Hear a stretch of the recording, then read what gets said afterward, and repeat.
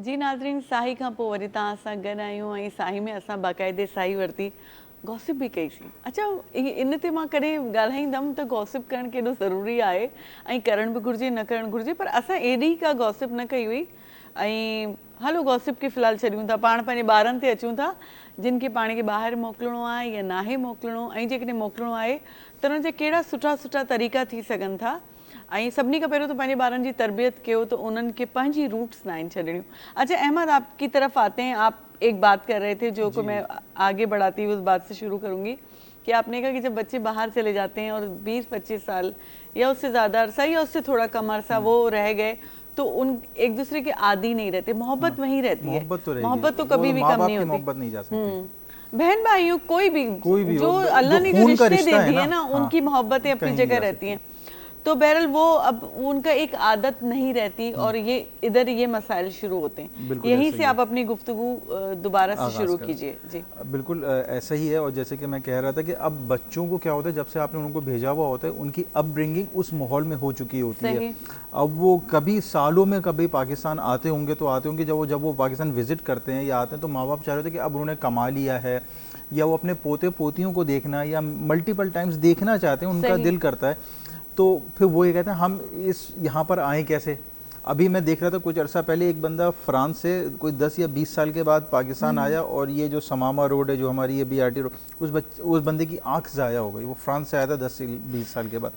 फिर उसने लाजमी सी बात है केस किया। अब वो कहते हैं भाई हम आए तो ना वहाँ पे कोई साइन बोर्ड लगा हुआ है कि यहाँ पे गाड़ी एहतियात से लगाए, ना कोई डाइवर्जन दी हुई है, जो कि एज़ यूजुअल हमारे कराची में हो रहा होता है। अब वो कहते हैं यार मैं इस मुल्क में क्या ही आऊँ। तो ये बात बिल्कुल सही है कि मोहब्बत कभी ख़त्म नहीं होती, लेकिन वो लोग उस माहौल के आदी हो चुके हैं। आप बच्चों के पर्सपेक्टिव, उनके नज़रिए से तो देखें कि उनके ऊपर क्या गुजरा। वो जिस एक जगह तो आपने भेज दिया कि बच्चे यहाँ पे अपने सेट हो जाओ, पूरी ज़िंदगी गुजारो, और फिर आप उससे एक्सपेक्ट कर रहे हैं कि कुछ सालों के बाद आप यहाँ पे भी आ जाओ। मतलब दोनों तरफ माँ बाप की मर्जियाँ चलें, बिल्कुल आपको फॉलो करना चाहिए। लेकिन मैं इसमें एक ये बात कहता हूँ कि वो मोहब्बत का उनसर वो ख़त्म ना हो।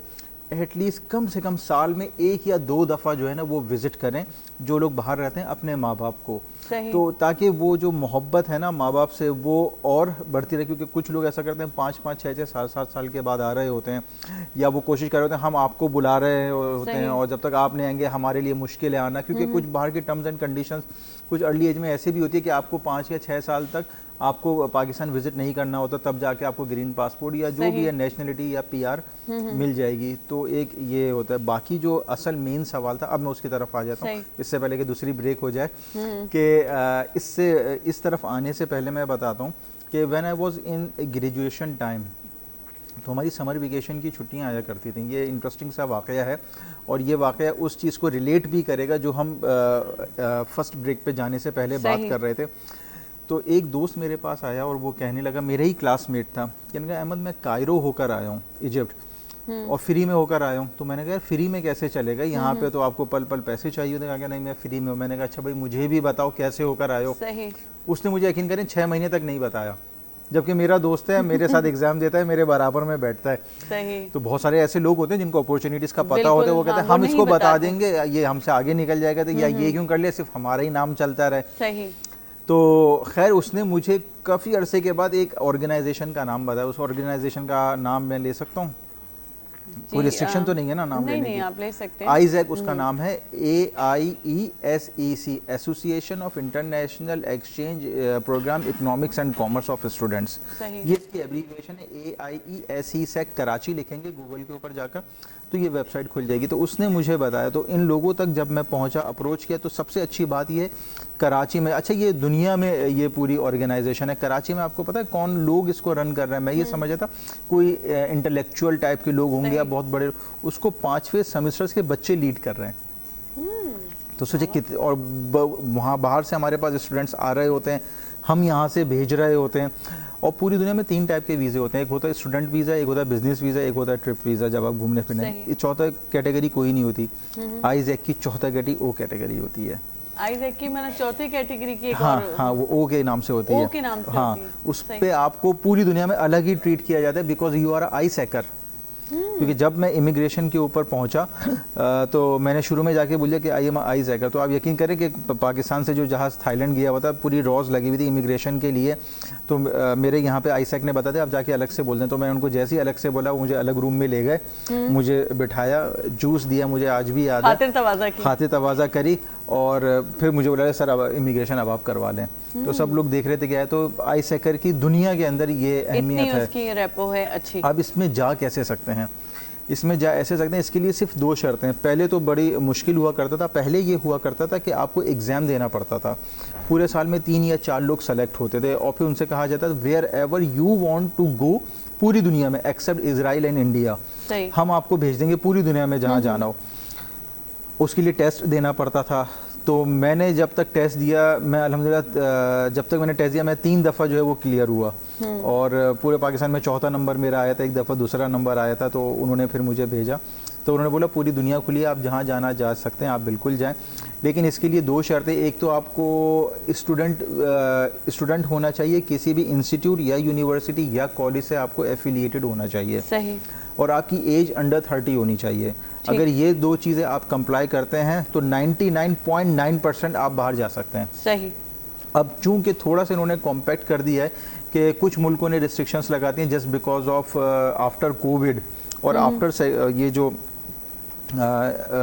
ईरान और ये जो अमेरिका की जो ये जंग चल रही है, इसके बाद भी कुछ मुल्कों ने रिस्ट्रिक्शंस लगा दी हैं, लेकिन वो आने वाले वक्तों में उम्मीद है कि वो खोल देंगे। लेकिन अब हमारे पास कुछ कंट्रीज़ कट गए हैं आईसैक के, और कुछ कंट्रीज़ अभी भी हैं। सही। जो अभी भी हैं वो भी कम से कम 30 या 40 कंट्रीज़ हैं। ठीक।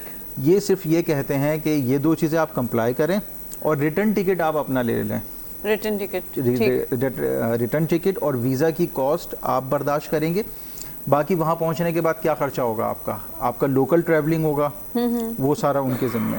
अच्छा। अकोमोडेशन 3 महीने की वो उनके ज़िम्मे। 3 टाइम का खाना पीना वो उनके ज़िम्मे। तो फिर आपके पास बचते ही क्या खर्चा करने को। और जो आपके एकेडमिक अखराजात होंगे, नहीं, अब ये आप जा रहे हैं, ये ट्रेनीशिप पे जा रहे हैं, इट्स डिफरेंट। अच्छा, ट्रेनीशिप, ये स्टूडेंट एक्सचेंज प्रोग्राम है। सही। ये वहाँ पे जाके आपको पढ़ना नहीं है, वहाँ पे अपने कंट्री को रिप्रेजेंट करने के लिए जा रहे हैं। अब जैसे कि फॉर सपोज मैं पाकिस्तान से गया, तो मैं गया था बैंकॉक, फर्स्ट टाइम मैं गया था 2013 में। तो जब मैं बैंकॉक गया तो समझ लें इससे थोड़ा सा बड़ा होगा, और इतना ही बड़ा जैसे ये आपका स्टूडियो है, ये हमारा स्टूडियो टाइप अपार्टमेंट है, उन्होंने हमें दे दिया था, और वहाँ पे 26 कंट्री से 26 मुख्तलिफ लोग आए हुए थे। अच्छा। हम लोगों को 3 महीने तक एक साथ रहना था।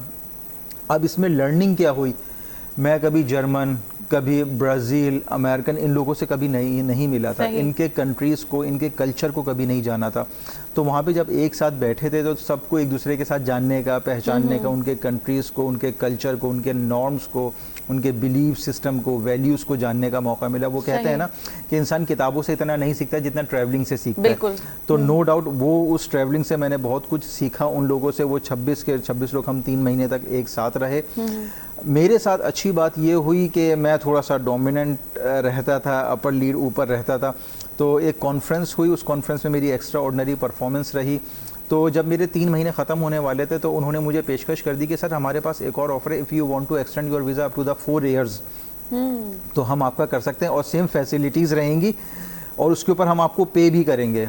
तो मैंने कहा सिर्फ ये बताओ सब कुछ फ्री होगा? मैंने कहा सर सब कुछ फ्री होगा। तो मैंने कहा ठीक है। तो उन्होंने कहा उसके लिए आपको एक टेस्ट देना पड़ेगा, एक इंटरव्यू यहीं आपका होगा और हम आपका 4 साल का वीज़ा एक्सटेंड कर देंगे। मैंने कहा नेकी और पूछ। तो उसी टाइम पे मैंने इंटरव्यू दिया, वो भी क्लियर हो गया अल्हम्दुलिल्लाह। जी 3 महीने गुजर गए, 4था महीना जब शुरू हुआ तो वालिद साहब की कॉल आई, यार किधर हो तुम? मैंने कहा घर पे तो बताना ही भूल गया।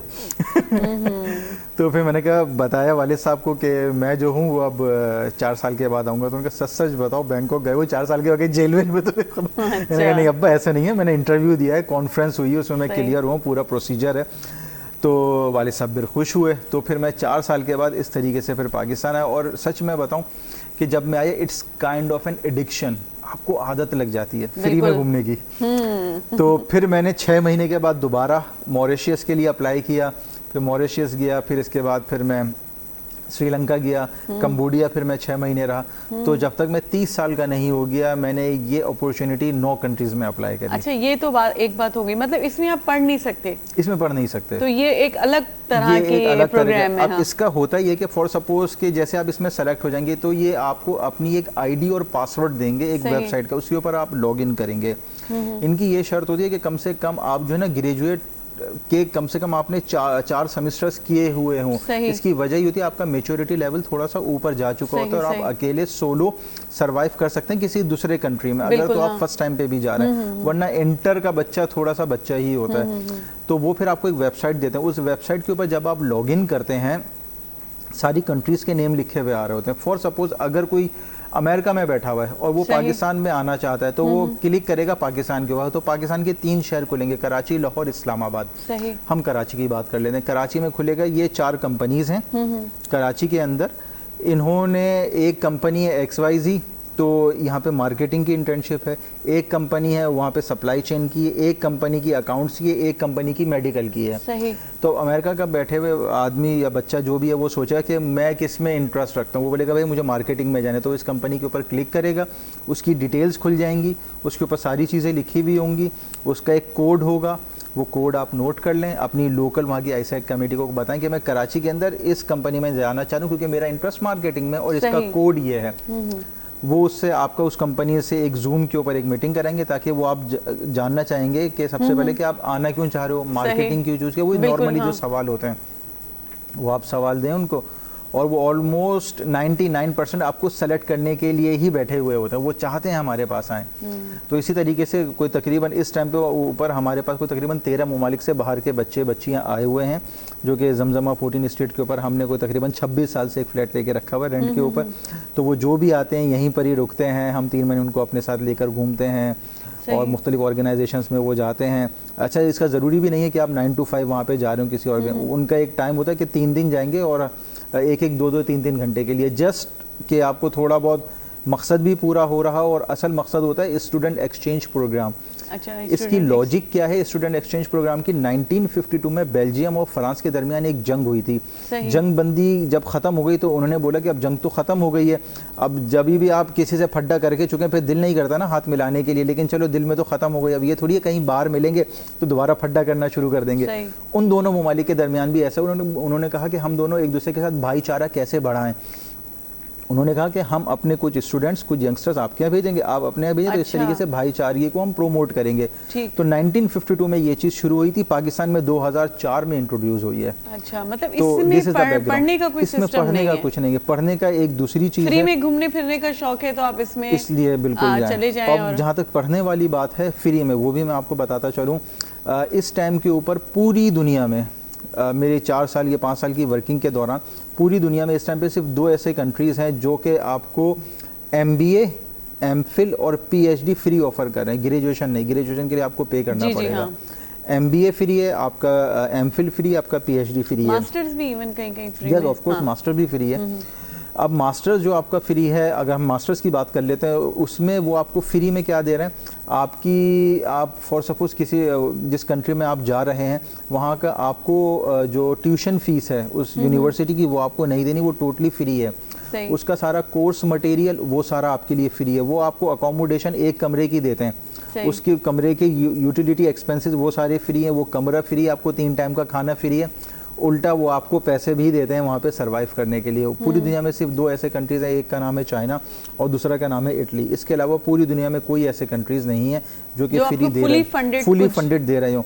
लोग अक्सर जर्मनी का नाम ले रहे होते हैं, लेकिन मैं उनसे कहता हूँ भाई वो आपसे कोई तकरीबन 5-6 मिलियन का ब्लॉक अकाउंट रखवाते हैं। जी हाँ, यही तो ब्लॉक अकाउंट का ब्लॉक अकाउंट क्या होता है? ब्लॉक अकाउंट ये होता है कि आपसे बोला 50-60 लाख आप जर्मनी के अकाउंट में डाल दो। सही।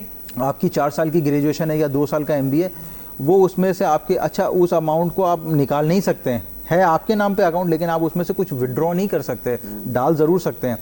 वही 50 लाख की अमाउंट वो किस्तों में मंथली वाइज आपके ऊपर इन टर्म्स ऑफ खर्च करते रहेंगे, इन टर्म्स ऑफ खाना पीना, रिहाइश, आपकी ट्यूशन फीस, तो वो हर महीने आपकी कटती रहेगी और 2 या 4 साल के अंदर वो आपके 50 लाख पूरे हो जाएंगे। So this is a block account. तो ये फ्री नहीं हुआ। अच्छा, फ्री नहीं। अच्छा, मैंने सुना जर्मनी में फ्री है, बस आपने लैंग्वेज सीखनी है और हाँ, अगर आप वहाँ तक अगर आप लैंग्वेज सीख लें फिर बहुत सारी चीज़ें पढ़ाई आपके लिए फ्री हो जाती है। बहुत अच्छी है वहाँ की, आपने देखा वहाँ की चीज़ें, अभी तक भी आप कोई जर्मन चीज़ लें तो इन्वेंशन तो लेकिन बहुत उसका अच्छी आपको हुई है। एटलीस्ट मिनिमम लेवल 3 होना चाहिए, और लेवल 3 का मतलब ये कि जैसे मैं अभी उर्दू में बात कर रहा हूँ तो इस तरीके से आपकी जर्मन होनी चाहिए, आपकी जर्मन होनी चाहिए, तो आपको तो फ्री फिर में आपको आप फ्री, अवेल कर सकते हैं। बिल्कुल बिल्कुल बिल्कुल ऐसे ही, वरना अदरवाइज आपके लिए तो फिर आपको यही दो ब्लॉक कंट्रीज फ्री अकाउंट हैं। खोलना होगा, फिर आप कर फिर सकते आपको हैं। ब्लॉक अकाउंट की जरूरत फिर नहीं है, करना, अगर आपको जर्मन नहीं आती तो आपको ब्लॉक अकाउंट खोलना पड़ेगा जर्मनी में। और अगर आपको लैंग्वेज भी नहीं आती और आप ब्लॉक अकाउंट भी नहीं चाहते, फिर आप चाइना और इटली चले जाएं जो कि टोटली फ्री हैं। और एक और अच्छी बात, मज़े की बात यह, अगर कोई MBA के लिए जा रहा है या MPhil या PhD, और अगर उसकी शादी हुई भी है तो वो अपनी वाइफ के साथ भी जा सकता है, बच्चे के साथ भी जा सकता है, चाइना भी और इटली, चाइना और इटली भी। तो ये आपको बच्चे और वाइफ की अकोमोडेशन, खाना पीना वो भी फ्री है। अच्छा ये बताएं, जर्मनी के एजुकेशन का स्टैंडर्ड और चाइना का स्टैंडर्ड, दोनों में डिफरेंस क्या है?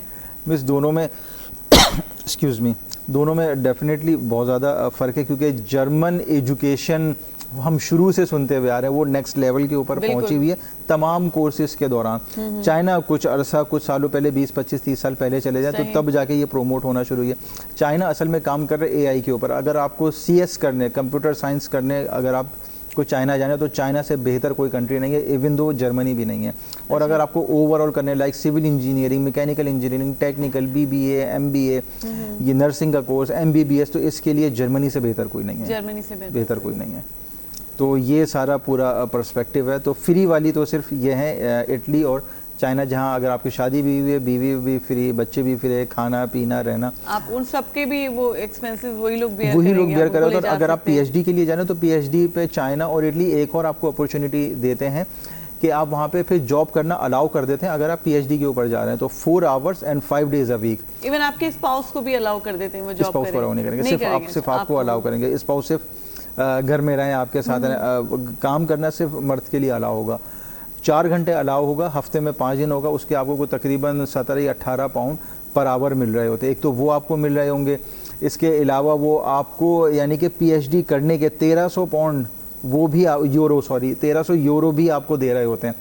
तो ये सारी कैलकुलेशन मिलाकर अगर आप करें तो पाकिस्तानी 8-10 लाख रुपए मंथली आपके बन जाते हैं। तो सोचें, खाना पीना भी नहीं है, कुछ भी नहीं है, कोई एक्सपेंसेस नहीं है, और आपको 10-12 लाख बच रहे हैं महीने के। यहाँ आप 10-12 लाख कमा सकते हैं क्या? इतना आसान नहीं है। तो वो सोचें, जब आप लोग तभी PhD के लिए जाते हैं, वो 2 साल का PhD 6 साल में कर रहे होते हैं। अच्छा ये है, इसमें सिर्फ एक ही जी, कमी रह जाती है, और वो ये है कि अगर आप यहाँ से बीवी बच्चों को नहीं ले जा रहे तो वहाँ शादी करवानी रह जाती है, जो आपको शादी नहीं करवा रहे होते, बाकी वो फिर आपको ग्रीन कार्ड तो फिर वैसे ही मिल जाना वैसे यार ही मिल आपको। लेकिन अब इसमें भी बहुत सख्तियां हो गई हैं। पहले के दौर में लोगों ने ये एक कारोबार बन गया था, वहाँ के लोग भी आदी हो गए थे। इवन हमारे एक दूर के जानने वाले बताता हूँ, तो वो वहाँ पे गए, स्लिप हो गए अमेरिका में। तो अब असल में क्या था, मैक्सिको और अमेरिका की दीवारें जो है ना, ये इधर से कनाडा की तरफ से दोनों मिल रही होती हैं, तो लोग फलांग के बॉर्डर आ रहे होते हैं। हमारा तो ये ना वो गनमैन खड़े होते हैं, वहाँ पे ऐसा कोई हिसाब नहीं है। तो वो फिंस लगी हुई होती है, लोग फलांग के आ रहे होते हैं, और वो ये कहते हैं कि अगर आप इतने साल यहाँ पे रुक गए, मैक्सिकन के लिए, पाकिस्तानियों के लिए नहीं, तो ये फिर हम आपको नेशनलिटी दे देंगे। वरना दूसरा तरीका ये कि आप फिर यहाँ पे शादी करें। तो जिन मैक्सिकन्स की वहाँ पे नेशनलिटी हो जाती है, तो अमेरिकन अवॉइड करते हैं उन मैक्सिकन से शादी करने के लिए। तो फिर वो चूंकि वो नेशनल हुई, अब उनसे कौन शादी करेगा? तो वो हम जैसे बेचारे पाकिस्तानी भाई लोग काम आते, तो वो विन विन सिचुएशन दोनों के लिए हो जाती है। मतलब पाकिस्तानी बहुत ज्यादा जो है ना, हाँ, पाकिस्तानी हो गए, बांग्लादेशी हो गए, नेपालियन, इंडोनेशियन। एक सवाल जी, ये जो स्टूडेंट एक्सचेंज प्रोग्राम है, इसकी कॉस्ट लोकली कौन बियर कर रहा होता है? बहुत अच्छा सवाल है। मैं आपको पाकिस्तान कराची के पर्सपेक्टिव से बताता हूँ। यहाँ तक तो बात समझ में आ गई थी ना, कि जैसे कि कराची के अंदर हमारी 4 कंपनीज हैं। एक कंपनी ने बोला कि ठीक है, आप बाहर से कोई भी आता है मेरी कंपनी में, वो हफ्ते में 3 दिन आए, 2-2 घंटे के लिए चला जाए। 4 कंपनियों ने बोल दिया। अब ये कंपनी को मैं क्यों भेजूँ? इस कंपनी का लोगो इंटरनेशनल वेबसाइट के ऊपर लगा हुआ होगा, पूरी दुनिया वो लोगो देख रही है, उस लोगो के मैं कुछ तो चार्ज करूँगा। बिल्कुल। तो यहाँ से पैसा इधर फंडिंग जारी होती है हमको, और हम फिर जो है जो स्टूडेंट बाहर से आ रहे होते हैं उनका खाना पीना, रिहाइश, हम सारी चीज़ें, उनकी एक्स्ट्रा करिकुलम एक्टिविटीज वो सारी बेयर कर रहे होते हैं, वो अच्छी खासी अमाउंट होती है। तो स्टूडेंट्स जो कर रहे होते हैं लोकल आईसेकर, उनको भी मंथली कुछ ना कुछ बच जाता है। ठीक है। सही है, तो बहुत तो अच्छी। एक चीज़ जो जी, जी, पिछला सब्जेक्ट था मैंने कहा था उस पे आपने कहा मुझे एक पॉइंट ऐड करूंगा मैं। जी जी। वो जो हम जिस पे इशू पे बात कर रहे थे कि बच्चे बाहर जाते और फिर उसमें 2 इश्यूज मैंने बहुत नोट किए। जी जी। एक तो मैं अपने पर्सनल एक्सपीरियंस से बता सकता हूँ, मेरे कज़न बहुत यंग एज में चले गए थे बाहर, तो वो आते भी नहीं थे, उन्हें इतना अच्छा लगा था, वो एडजस्ट हो गए। सही। अभी चंद दिन पहले वहाँ एक एक्सीडेंट पे उनकी डेथ हो गई है। तो कुछ अर्सा पहले, यदि जाहिर है मुझसे बड़े थे वो, तो आप एज समझ सकते हैं, तो वो फ़ोन पे रो रहे थे डेथ से 1 महीना कह लें या 1.5 महीना पहले। वो कहने लगे अब मुझे घर की बहुत याद आती है। और ये सिर्फ उनके साथ नहीं है, ये अक्सर लोगों के साथ है। जब सर जड़ें तो आपकी यहीं से ही डिप्रेशन हैं। है। हाँ, एक इशू ये है, ये मैं आपको बता रहा हूँ। तो उन्होंने किस बात पे वो ज़्यादा रो रहे थे, वो कहने लगे मेरे अब्बू की डेथ हो गई पाकिस्तान में, मैं पहुँच ही नहीं सका। बिल्कुल ये चीज़। दूसरी बात यह है कि यदि आप देखें कि इस पे पहले एक थोड़ा सा इशू भी हुआ था, एक तबसरा भी किसी ने कर दिया था, लोग यहाँ पे पीछे दफन होना पसंद करते हैं कि अपने माँ बाप के साथ अपने, ये भी जज्बाती वाबस्तगी है। बिल्कुल। दूसरा जो इशू है जिस पे मैं आपसे कहना चाह रहा था वो ये है कि जब आप जाते हैं यंग एज पे और बड़ा आप एंथुजियास्टिक होते हैं और सब कुछ होते हैं, उस वक्त आपको इतना ज़्यादा फील नहीं होता अपनी स्ट्रगल में। लेकिन इस दौरान लेकिन जब कब्र करीब आने लगती है ना, हाँ, जब सब कुछ गंवा चुके होते हैं, कुछ नहीं होता, तब वो सारी गलतियां याद आती हैं इंसान को। ये गलतियों के अलावा आपकी जो औलाद वहाँ होती है, हाँ, वो उस माहौल में जा चुकी होती है। अब एक डायलामा यहाँ आता है, कॉम्प्लेक्स बड़ी सिचुएशन होती है, घर में आप अपनी कल्चर उस पर कोशिश कर रहे होते हैं। सही।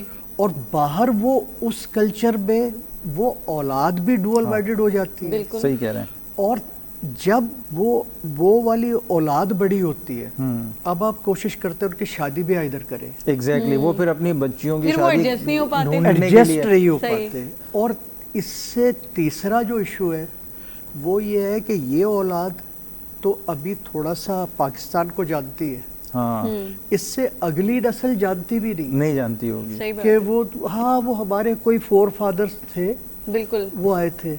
वहाँ पे आके आपको बड़ी तकलीफ होती है, आपसे मुराद जो वहाँ जनरल वे में उनको बड़ी तकलीफ होती है कि यार ये तो बड़ा वो हो गया, क्योंकि वो उसी रंग में ढल चुके होते हैं। और हो सकता है कि अब वो किसी ऐसे केसेस मैंने सुने हैं कि वो मुसलमानों की बजाय गैर मुस्लिमों में शादी कर ले, क्योंकि उनके लिए बिल्कुल वो ऐसा हो रहा है। कई इश्यूज जो है ना वो इसके साथ जुड़े हुए डेलिकेट। काफी बच्चों का तो शादी से बिलीव चला गया है। हाँ, वो ये भी चीज आप देखें बहुत ज्यादा आजकल तबसरों में आ रही है। और दूसरी एक चीज जो आप कह रहे थे, जब यहाँ पे इतनी यलगार है, हम अपने बच्चों को यहाँ पे सेफ नहीं कर पा रहे। आप चाय कैफेस पे देखें, बच्चे बैठे हुए वो सिगरेट पी रहे हैं, उनके पेरेंट्स को पता ही नहीं। तो आप उस वहाँ पे तो आप किस तरीके से आप उनको मॉनिटर कर सकते हैं? खुली आज़ादी मिल चुकी होगी बच्चों को। वहाँ पे कई बार ऐसा भी सुना है कि जो बच्चियाँ हैं वहाँ पे, वो घर में पूरा नकाब वकाब और सब कुछ हिजाब, यानी घर का अपना माहौल जो हमारा माहौल है वो कर रहे हैं, और बाहर जाके वो उतार देते हैं नकाब वगैरह, हाँ, जो वो वहाँ का है। और उसमें हम उन्हें ब्लेम भी नहीं कर सकते, क्योंकि अगर वो नहीं उतारते तो वो आइसोलेटेड हो जाते हैं वहाँ वालों से। तो बच्चे भी ड्यूल पर्सनैलिटी के शिकार हो ड्यूल पर्सनैलिटी, यही मैंने आपसे कहा। तो ये इश्यूज जो है ना, ये बहुत, या तो फिर आप ज़हनी तौर पे तैयार हो कि भाई अब बस पीछे छोड़ दिया सब कुछ, बस अब इधर ही है, और मेरी औलाद जिधर मर्जी जाए, जैसे मर्जी जाए, वो इस माशरे के जो नॉर्म्स है उनको अडॉप्ट कर ले। वो नहीं कर सकते। नहीं, माँ बाप क्योंकि आप इधर रहे हैं, आप इधर रहे, आप यहाँ से बड़े हुए हैं, आपने यहाँ से तरबियत ली, तो आप कितना भी साल वहाँ आपने लगा लिए, आप उन चीजों को भूल नहीं सकते जो आपकी तरबियत है, जो आपकी रूह है। और माँ बाप जो भेज देते हैं ना, तो मैं ये समझता हूँ कि माँ बाप को भेज तो देते हैं, लेकिन उनको चेक एंड बैलेंस रखना चाहिए, पूछते रहना चाहिए, क्योंकि वो कहते हैं ना कि कब्र में जब आप जाएंगे तो अल्लाह ताला ये सवाल ज़रूर आपसे पूछेगा कि आपने अपने बच्चों की तरबियत कैसे करी, चेक एंड बैलेंस रखा या नहीं रखा। लेकिन उस पे तो एटलीस्ट माँ बाप अपना फ़र्ज़ तो जहाँ तक हो सकता है वो निभाते हैं, उसमें लेकिन जब problem- कोई बच्चा बाहर चला गया नहीं सुन रहा वो तो एक अलग सिनेरियो है। लेकिन एज अ माँ बाप के तौर पर ये मैं बात कर रहा हूँ, क्योंकि कुछ माँ बाप छोड़ भी देते हैं ना कि यार चलो जो कर रहा है छोड़ो, करने दो। तो चेक एंड बैलेंस तो वो खैर बाहर के बच्चे के ऊपर आप नहीं रख सकते, आप फ़ोन के ऊपर ही बात कर सकते हैं, डांट डपट कर सकते हैं थोड़ा सा, इससे ज़्यादा तो आप कुछ नहीं कर सकते। सॉरी, आपकी बात कट रही है। इशू ये, जैसे अभी संध्या कह रही थी, हमें तो यहाँ भी पता नहीं चलता अगर बच्चे बाहर चले जाए, बाहर तो बिल्कुल ही पता नहीं है ना। बिल्कुल बाहर तो आपसे मैं अब तो वीडियो कॉल हो जाती है, मैं आपको सामने देख रहा हूँ, माशाल्लाह आपने बड़ा अच्छा सा ड्रेस पहना हुआ है, बड़े वो है, मुझे ये भी नहीं पता कि आप हैं किस हाल में। बिल्कुल के और चेक एंड बैलेंस तो पॉसिबल वो तो ही बाहर नहीं का तो है ही नहीं ना, मुमकिन वो ही नहीं सिर्फ उसी सूरत में है जब कि बच्चा सामने है। मेरा कोई करीबी रिश्तेदार भी वही आपके शहर में है, तो उससे तो मैं पूछते उससे हैं। अलहदा से कहूँ कि यार जरा देखना, नजर रख लो, देख बच्चा लो। क्या कर रहा है या कहाँ जा रहा है, जो कि पॉसिबल ही बहुत बहुत ही रेयर केसेस में पॉसिबल है। बिल्कुल। तो ये चीजें कुछ बहरहाल लेकिन अगर बच्चों की तरबियत शुरू में ही शुरू से ही बिल्कुल beginning से आप अच्छी और हैं। सही और गलत में बताया जाए तो फिर बच्चे को आप कहीं पे भी भेज दो, और बच्चा अगर खुद से चाहे अपने ऊपर ये चीज़ें काबू रखना तो वो बिल्कुल कर सकते। लेकिन अगर आजकल के माँ बाप भी वो पहले वाले माँ बाप नहीं रहे ना, जो जिस तरीके से वो माँ बाप भी बच्चों के ऊपर फोकस किया करते थे, अब माँ बाप भी जो है वो गैजेट्स में लगे हुए हैं, अपने क्लबिंग में लगे हुए हैं, दूसरी और चीज़ों में लगे हुए हैं, तो बच्चे फिर किस तरीके से वो तवज्जो हासिल कर पाएंगे। फिर उन बच्चों के ऊपर भी फिर तवज्जो नहीं हो रही होती है, क्योंकि वही जैसे आपने बात करी थी कि हर 25-20 साल के बाद दौर चेंज हो रहा होता है। हाँ।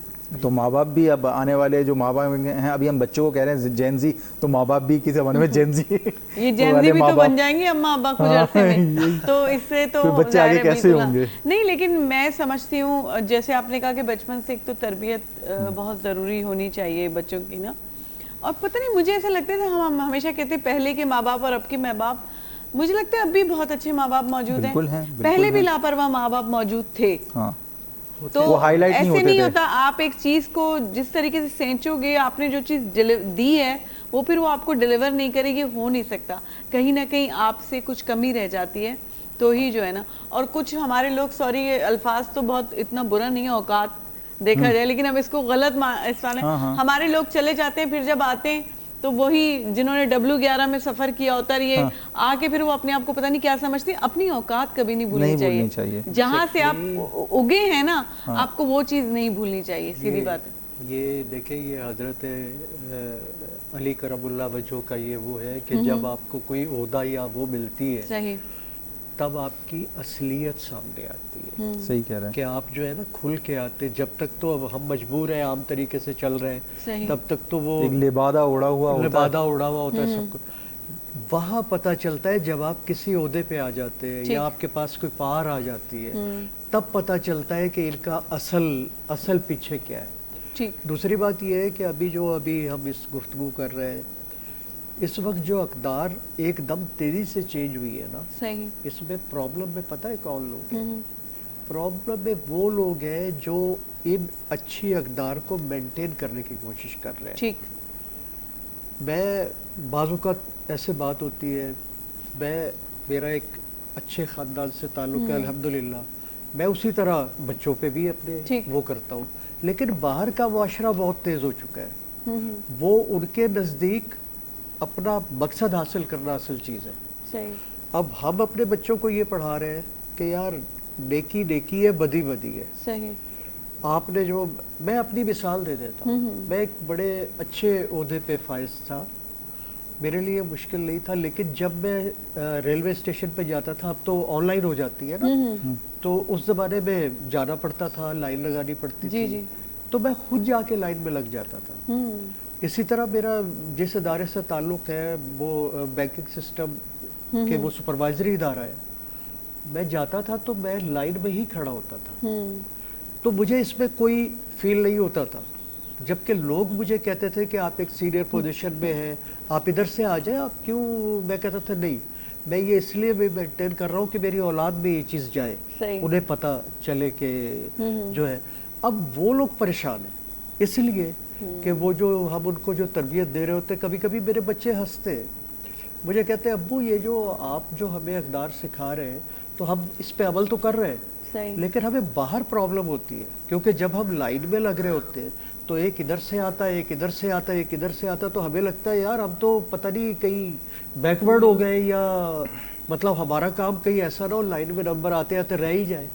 ये आपकी मुझे सॉरी आपकी सुपर बात मार्ट काट में रहा लाइन देखी है जी सुपर मार्केट्स में जो जी, लाइन हाँ, लगती है बिलिंग वहाँ के पे लिए। फॉलो कर, सॉरी आपकी बात काट रहा हूँ, मैं फ्रांस आबादी की गया था, वजह से लाइनें हमारे यहाँ कितनी बड़ी बड़ी होती हैं, रोड क्रॉस करके अगले रोड खड़े तक। हुए होते हैं हाँ। वो। मैं फ्रांस गया था तो वहाँ पे मुझे कुछ आइसक्रीम वगैरह कुछ लेनी थी, तो वही माइंड सेट था हमारे कराची का। तो उन्होंने कहा यहाँ से चले, ये लाइन में लगे, मैंने कहा ये सारे बेवकूफ़ हैं। मैं थोड़ा सा इधर खड़ा हुआ, दूसरे काउंटर से इधर हो गया, तो एक ज़ईफ़ आंटी हाथ में लाठी लेते हुए आई, वो काफ़ी 10 लोगों को क्रॉस करती थी।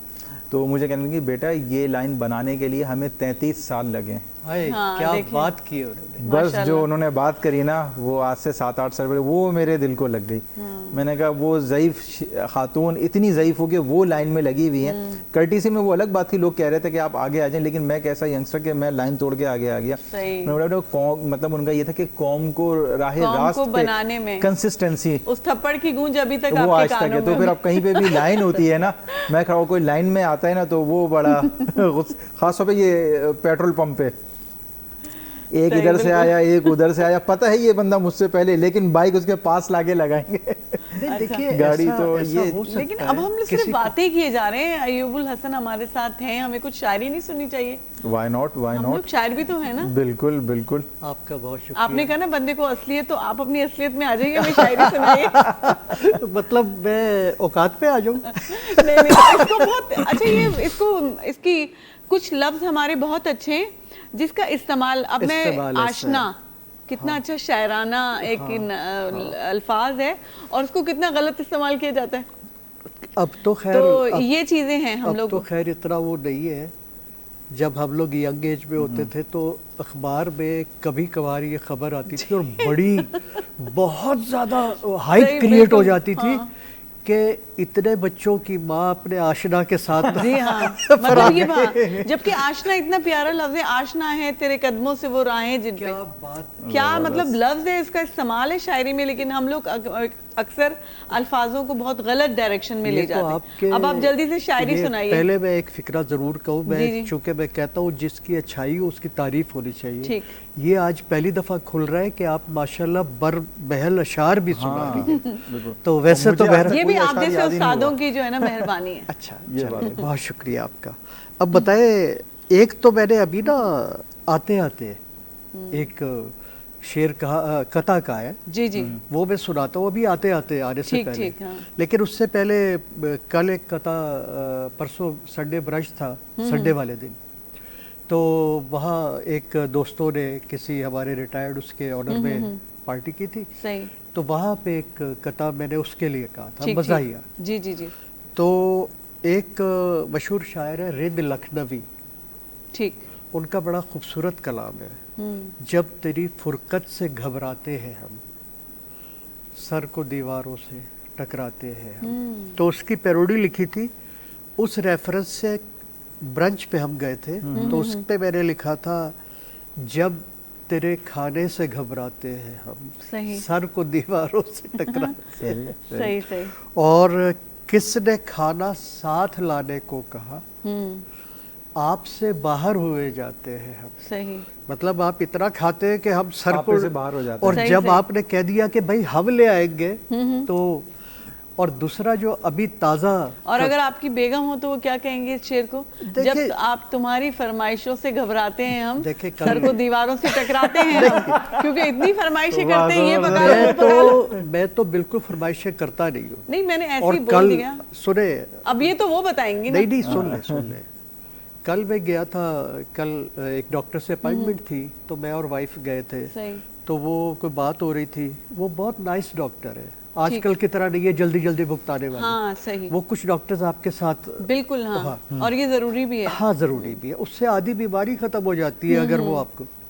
तो कोई बात हुई, पता नहीं क्या बात हुई, मैंने कहा भाई हमारी लाइफ बहुत अच्छी गुजर रही है। सही, तो उन्होंने कहा अच्छा, तो मैंने कहा देखे इसकी 2-3 मिसालें, तो मैंने कहा कि मसलन मुझसे कोई गलती हो जाती है तो मुझे माफ़ कर देती है, और अगर इनसे कोई गलती हो जाए तब भी मुझे ही माफ़ कर देती।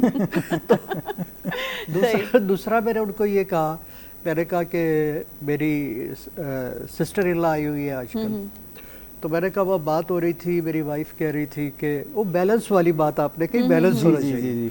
मैंने कहा हम बैलेंस रखते। तो ये मेरी वाइफ जो है उनके सामने कह रही थी भी मुझे अपने मियाँ की 3 चीज़ें बहुत पसंद है। सही। उनमें से एक चीज़ ये बहुत पसंद है कि ये कभी भी मुझे कोई पैसे देते थे तो कभी उसका हिसाब किताब नहीं मांगते सही, थे। हाँ। कहीं मुझे जाना हो, किसी जगह मुझे तोहफा देना हो, कुछ मिलना मिलाना हो, कभी कभी पूछते नहीं थे पलट के। ठीक। तो मैंने कहा मैं भी इनके बारे में यही कहूँगा, मेरी वाइफ के बारे में, कि ये भी कभी जो है मुझे नहीं पूछती पलट के, ख़ास तौर पे जब इन्हें गुस्सा है और मुझे बाहर निकाल दे तो कभी नहीं पूछती मैं कहाँ जा रहा हूँ। तो चले आज ये एक कथा सुन ले, ये लास्ट में जल्दी से प्रोग्राम का टाइम ख़त्म हो रहा होगा। तो एक ये इत्तेफाक से कभी ऐसे कतात भी हो जाते हैं सुनने। उसने जब प्यार से कहा अय्यूब, उसने जब प्यार से कहा अय्यूब, आप बन जाइए मेरे महबूब। वाह वाह वाह वाह। उसने जब, ये ख्वाब तो देखते रहना चाहिए। सही, बिल्कुल, हाँ। उसने जब प्यार से कहा अय्यूब, आप बन जाइए मेरे महबूब, और हमारे दिल में चूंकि सबके लिए हमदर्दी है, सही। तो दिल ना टूटे सो हमने हाँ कह दी। दिल ना टूटे सो हमने हाँ कह दी। हाँ, दिल ना टूटे, वैसे दिल बहुत रखते हैं आप। चलें, ठीक है। दिल ना टूटे सो हमने हाँ कह दी, वरना हमको लगा था कुछ मायूब। अच्छा, वाह वाह, बहुत जबरदस्त अखबार हमारी। थैंक यू, बहुत शुक्रिया। तो आपके पास अगर टाइम बचेगा तो आपको कोई कलाम मैं आपको सुनाऊंगा, गजल या कुछ चीज। जी सुनाइए जरूर। अच्छा अच्छा, चले। तो आप शायरी वगैरह का शौक रखते हैं? सुनने का बहुत शौक है। अच्छा। लेकिन मुझे आज तक एक शेर भी याद नहीं हुआ। याद नहीं होता? नहीं होते, भूल जाता हूँ। समझते हैं? हाँ, समझता बिल्कुल हूँ, सुनने का ज़ौक बिल्कुल है। ज़ौक है। हाँ बिल्कुल। कुछ लोग तो सुनने का भी आजकल नहीं रखते। नहीं नहीं, मुझे है। सुनाओ तो वो बोर होने लग जाते हैं। हम, एक कलाम है, हम बनाने जहाँ काशाने चले आते हैं, जहाँ हम घर बनाते हैं। जी जी, काशाने। हम बनाने जहाँ काशाने चले आते हैं, पीछे पीछे वही वीराने चले आते हैं। वाह वाह वाह वाह, शुक्रिया। पीछे पीछे वही वीराने चले, आजमाइशें साथ चलती हैं। सही सही, बिल्कुल। 14वीं रात फिर आई है, खुदा खैर करे। 14वीं रात फिर आई है, खुदा खैर करे, खाक उड़ाने तेरे दीवाने चले आते हैं। 14वीं रात पे दीवानों पे बहुत असर होता है, और समुद्र पे भी होता है, उसमें भी होता है। तो ये उस, और एक शेर आप देखें, ये आइडिया देखिएगा। शमा, हम कहते हैं शमा जला देती है, शमा जल मरती है, एहसान फरामोश नहीं। सही। इसको जरा दूसरे रंग में भी लिया है ना, कोई उसकी भी, शमा का भी कोई तारीफ होनी चाहिए। बिल्कुल बिल्कुल। शमा जल मरती है, एहसान फरामोश नहीं, जान देने को जो परवाने चले आते हैं। वाह वाह वाह वाह, जबरदस्त। परवानों की तारीफ करते हैं लोग, हमेशा परवानों के गुण गाए गए, लेकिन शम्मा के आपने, शम्मा की भी कोई, उसको भी तो कोई कहना चाहिए ना, वो भी जल बाजी मरती भी खुश है। हो जाएं। जी जी, वो भी शम्मा बाजी। भाई ये अब सही नहीं है, बाजी का लफ्ज नहीं। ये मैच्योर यंग मैन को आप डिसहार्ट कर रही है। चले ठीक है। शम्मा जी, जी शम्मा जी, शम्मा जी भाई बड़ी ज़हीन खातून है। और आप अपने थे मगर आ न सके वक्त नज़ा।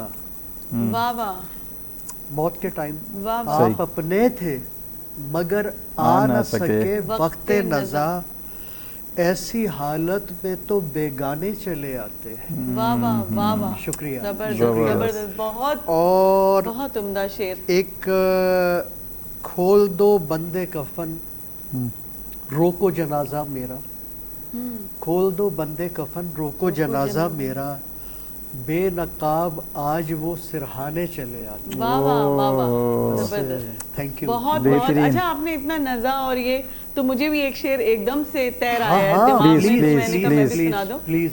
पता नहीं शायर कौन है, मुझे ये नहीं याद आ रहा, उन्होंने ऐसी जोश जज्बे वाला शायर है। हाँ। क्या नज़ा की तकलीफों में मज़ा, क्या क्या नज़ा नज़ा की की तकलीफों में मज़ा, जब मौत ना आए जवानी में। आए हाय, क्या आइडिया है। देखें अब आप सोच देखें, जब छोटी शायर। मौत बहर- आए जवानी में। छोटी बहर में बड़ी बात है ये। क्या नज़ा क्या- की क्या नज़ा की- तकलीफों में मज़ा, जब जब मौत मौत ना ना आए आए। जवानी में। वाह, वाह, क्या वाह। लुत्फ जनाजा उठने का, हर गाम पे जब मातम न हुआ। ओफ, वैसे जवानी मातम की और है। जनाजों खूबसूरत की, शेर। लेकिन एकदम उस आपने इसी उसमें सुनाए ना, तो मुझे एकदम से ये शेर याद आ गया। बस वो तो एक बात की गई है, देखें अब शायर की सोच नहीं, देखें। देखिए, बेहतरीन। शायरों को अल्फाज का जादूगर कहा जाता है। बिल्कुल। तो इसीलिए तो कहा जाता है कि एक आदमी, जैसे अभी एक शेर मैंने पढ़ा, मतलब मैं कोई अपनी अच्छाई नहीं, शमा वाला, हमेशा लोग परवाने का वो तारीफ करते कर हैं रहे कि होते परवाने जल मरते जान देते।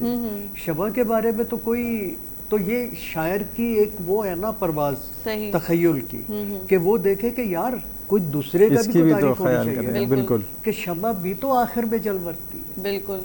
तो ये शायरी जो बैलेंस कर है, दिया। शायरी तो बहुत ही अल्लाह का खास करम होता है, शायरी या बिल्कुल। मज़ाह निकारी। बिल्कुल बिल्कुल। और उस मालिक की खास करम नवाजी है कि मुझे शायरी में जो आजकल कम हो रही है, दो चीज़ें, एक ये है कि मज़ाहिया शायरी आजकल कम हो रही है, सही सही बिल्कुल। कह रहे हैं। और दूसरा ये है कि तरन्नुम से पढ़ना भी कम हो रहा है, और अल्लाह ने मेहरबानी की मैं दोनों चीज़ें कर लेता हूँ। कोई अच्छा सा मैसेज भी दे दीजिए इसी बात पे। इसी बात पे देखे जहाँ से हमने शुरू किया था, वहीं से मैं ये बात करता हूँ कि आपको जब आपकी ज़िंदगी का लास्ट टाइम आए, अपनी मिसाल से एक ज़रा सी एक फ़िक्रा बोल देता हूँ। जब मैं रिटायर हो रहा था, तो जो मेरे साथ मेरी टीम थी, उसमें से एक दो बच्चियाँ रो रही थी, और वो कह रही थी कि सर आप जिस तरह हमारे साथ थे, शायद हमें ऐसे ऑफिसर दोबारा ना मिले। सही। ये वो इज्जत है जो आप कमाते हैं।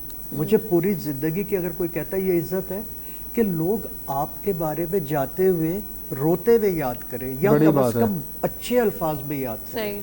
आपकी ज़िंदगी ऐसी होनी चाहिए कि जहाँ आपकी ज़िंदगी से कुछ ना कुछ फ़ायदा ज़रूर लोगों को जाए। ठीक। सही बस कह रहे हैं। ये ज़िंदगी का मकसद होना चाहिए। ज़रूरी नहीं है कि मेरे पास पैसा ही हो तो मैं दूँ। सही। मैं अच्छी एडवाइस दे सकता हूँ, अच्छी बात कर सकता हूँ, सही, बिल्कुल। किसी रोते को थोड़ा सा हंसाने की कोशिश बिल्कुल करूँ। ज़बरदस्त, बहुत ये अच्छी चीज़। बात आपने की। आप भी कोई मैसेज दे दीजिए। जैसे कि हमारी बात शुरू में स्टार्ट हुई थी, तो एक ऑडियंस को सिर्फ मैं यही कहना चाहूँगा कि जब अपने बच्चों को पढ़ाने के लिए भेज रहे होते हैं, तो उनको बिल्कुल भेजें। कोशिश ये करें कि फिर जहाँ से वो हम बात कर रहे थे ना, रूट्स की बात, अगर हो सके फाइनेंशियल क्राइसिस अगर तो नहीं है, तो कोशिश ये करें कि बच्चों को वापस बुलाएं। और बच्चों को अगर आप बाहर भेज भी हैं, तो कोशिश ये करें कि उनके साथ जितना हो सके ख़ुद से कांटेक्ट बनाए रखें। और दूसरा मैसेज मैं ये देना चाहूँगा, टॉपिक से थोड़ा सा हट कर है, कि जब भी कोई आपके पास साइल आता है मांगने के लिए, तो कोशिश ये करें कि उसको कभी धुतकारें नहीं, अपने पास से कुछ ना कुछ दे दें, क्योंकि वो ख़ुद से नहीं आता, वो ऊपर से आपकी तरफ भेजा गया होता है। इसमें एक ऐड कर, जी जी, टाइम नहीं है हमारे पास, जल्दी से ऐड कर दीजिए। जी जी। एक फिक्रा, ये जो आपने कहा ना कि दूसरों के लिए कुछ अच्छा वो करें, तो आप शुरू करें आमो और ब्रांडेड उससे दूसरों के लिए। चले भाई वाकई में। हाँ जी नाज़रीन, बिनी तमामु सुठा मैसेज ॾिना, तव्हां ॿुधा बि हूंदा, ऐं जेको आहे सो सुठे कम ते सदाईं अमल करणु घुरिजे। फ़िलहालु सुठो कमु इहो आहे त असां तव्हां खां मोकल वठूं, सुभाणे वरी ईंदासीं सदाईं गॾु।